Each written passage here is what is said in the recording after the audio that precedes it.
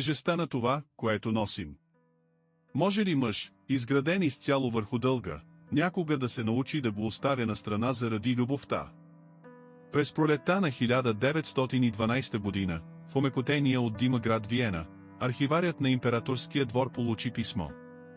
То пристигна във вторник, от онези вторници, които не се обявяват като значими, които просто започват и свършват и биват забравени.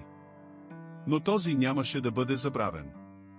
Той щеше да раздели живота му напреди и след. Писмото съдържаше една единствена молба.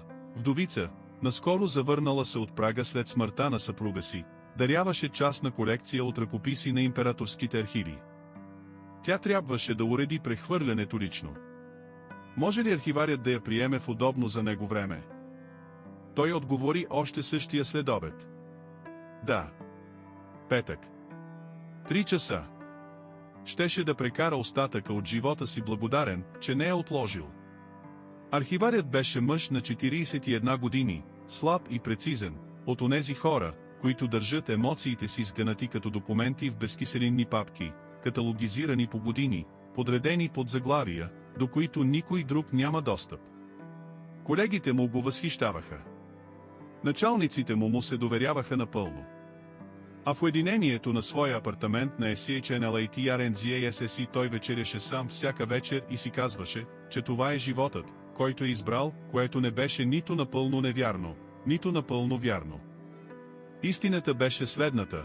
12 години по-рано той за кратко беше сгоден за млада жена, която почина от туберкулоза 4 месеца преди сватбата им.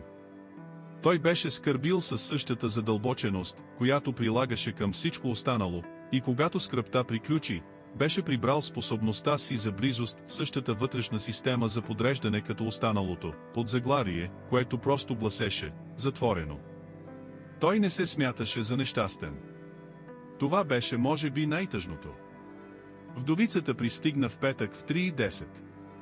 Тя беше на 37, с тъмна коса, облечена в въгленосивото на скорошния траур, и се държеше с онази особена сдържаност на човек, който е плакал, докато сдържаността не се е превърнала в единствената възможна алтернатива. Тя беше преводач по образование и по призвание. Нейният покоен съпруг, историк, беше прекарал 20 години в събиране на кореспонденция между хабсбургски дипломати и османски посредници. Ръкописите, които даряваше, бяха натрупването на целия му живот. Тя го беше обичала, обясни тя. Искаше работата му да бъде съхранена. Архиварят забеляза няколко неща едновременно, че ръцете й бяха много неподвижни, че нейният немски имаше лек прашки оттенък, който омекотяваше съгласните, и че говореше за съпруга си с тон, който беше скръб без горчивина, което е по-рядко, отколкото повечето хора си представят. Той й показа читалните. Обясни процеса на съхранение. Беше професионален и прецизен. Когато тя си тръгна, той остана до прозореца и я наблюдаваше как пресича двора отдолу, и усети как нещо се раздвижва в гърдите му като чекмедже, което е било заклещено с години и изведнъж отстъпва. Каза си, че не е нищо. Грешеше, и някаква част от него вече го знаеше. Тя се върна на следващата седмица, за да прегледа приемните документи. После отново седмица по-късно, с въпроси за системата за каталогизиране. С времето той заподозря, че някои от тези въпроси не са строго необходими. Това не го притесняваше. Започна да оставя допълнителен стол до бюрото си в следобедите, когато тя беше казала, че може да се върне. Спря да вечеря сам във вторниците. Тя беше споменала веднъж, че харесва кафенето на FLISCHMARKT, и той започна да ходи там, и 2 пъти тя също беше там, и те оставаха 2 часа по-дълго, отколкото който и да е от тях беше планирал. Виена през пролетта е град, създаден за бавното натрупване на чувства. Кестените цъфтят по RINZSTRA и светлината се удължава малко повече всеки ден, а хората, които са били затворени през цялата зима, откриват, че се отварят по начини, които не са очаквали. Той не беше имунизиран срещу това, каквото и да си казваше за своя темперамент и навици. Но имаше един проблем. Имаше, както във всички истории, които имат значение, един проблем. Тя му беше разказала, още в началото на запознанството им, за съпруга си. Беше го описала с нежност и честност. Беше добър човек. Беше предан. Тя беше скърбяла за него както подобава и възнамеряваше да продължи да скърби както подобава толкова дълго, колкото е нужно. Не му беше казала всичко. Това, което не беше казала, което носеше със себе си от прага, беше следното: ръкописите, които даряваше, не бяха само колекцията на съпруга и скатани в кожена папка на дъното на втората щайга, увити в плат, който тя самата беше поставила там. Имаше 17 писма. Те бяха написани с нейния почерк. Бяха адресирани до мъж, който не беше нейният съпруг. Бяха написани в продължение на 3 години, средните 3 години от брака й, и бяха писма на жена, влюбена в някого, който не беше мъжът, за когото се беше омъжила.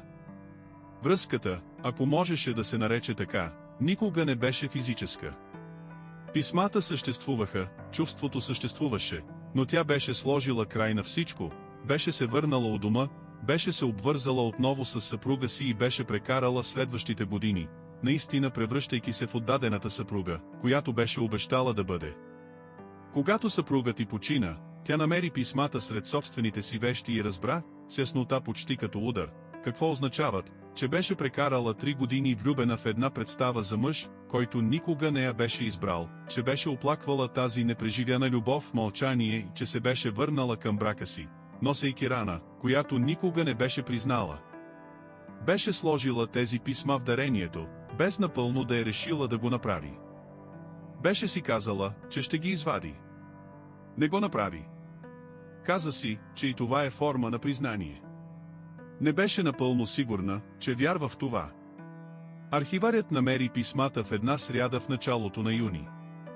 Разпозна почерка и веднага. Беше прекарал месеци с нейния почерк върху формулярите за дарение, приемните документи, малките бележки, които понякога оставяше, когато връщаше материали. Седя дълго с папката в ръцете си. Навън Хофбург сияеше златисто в следобедната светлина. Кабинетът му беше много тих. Прочете ги. Не ги прочете от любопитство. Прочете ги, защото беше архивър и писмата бяха пристигнали в една колекция и той не беше знаел, а после беше узнал. И тогава вече беше твърде късно да не знае. И докато четеше, се случи нещо, което не беше очаквал, писмата не я принизяваха. Те я задълбочаваха. Жената, която ги беше написала, беше човек в агония, човек, който се бореше със себе си, човек, който беше направил потрудния избор не веднъж, а многократно, в продължение на 3 години, докато накрая го беше направил окончателно. Писмата не бяха доказателство за предателство. Бяха доказателство за борба. Докато ги четеше, той разбра нещо, което не беше разбрал за себе си. Беше чакал доказателство, че тя е проста, че да я обича ще бъде безопасно. Беше чакал, с други думи, гаранция, която никой човек с чувства не може да даде. Постави писмата в чекмеджето на собственото си бюро и се прибра у дома. Каза си, че ще реши по-късно какво да прави с тях. Тя дойде следващия петък, а той не беше на бюрото си. Асистентът му каза, че не е на разположение. Тя си тръгна. Върна се следващата седмица. Той беше там, но беше различен. Беше отново архиварят, напълно и прецизно, както беше преди тя да влезе в кабинета му с неподвижните си ръце и омекотените си съгласни. Отговори на въпросите и за колекцията. Не попита за кафенето. Тя вървеше към дома си по Рингштрасе, наблюдавайки как кестените пускат цветовете си върху тротуара, и разбра, че нещо се е променило, без да знае какво. Написа му писмо. Несантиментално. Една практична причина, тя щеше да напусне Виена през август. Имаше предложение да работи в преводаческо бюро в Цюрих. Още не беше решила, но го обмисляше. Пожела му всичко най-добро с колекцията. Той прочете писмото 3 пъти. Постави го в чекмеджето до 17-те писма, които тя беше писала на друг мъж. Дълго седя с всичко това. После направи нещо, което архиварят в него беше обучен никога да не прави. Наруши протокола. Облече пълтото си по средата на един четвъртъчен следобед, каза на асистента си, че си тръгва по-рано, и отиде до адреса, който тя беше посочила в първия си формуляр за дарение. Тя сама отвори вратата. Погледна го с самообладанието на жена, която се е подготвяла за различни видове трудни новини. Той й подаде кожената папка. Тя разбра веднага. Цветът се промени в лицето й. Не отмести поглед. Той каза тихо, че ги е намерил случайно, че не е казал на никого, че са нейни, да ги запази или унищожи, както пожелае. Каза, че ги е прочел, че съжалява, и че прочитането им не е променило мнението му за нея. Всъщност беше променило нещо друго. Тя го попита какво е променило. Той не беше човек, свикнал с такъв разговор.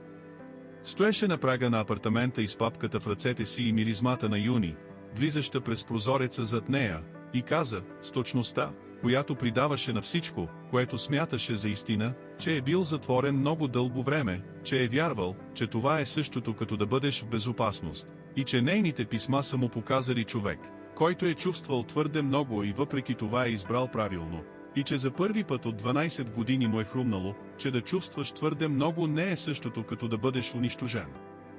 От това тя помълча за момент. После каза, не е имала намерение да остави писмата в папката. Възнамерявала е да ги извади.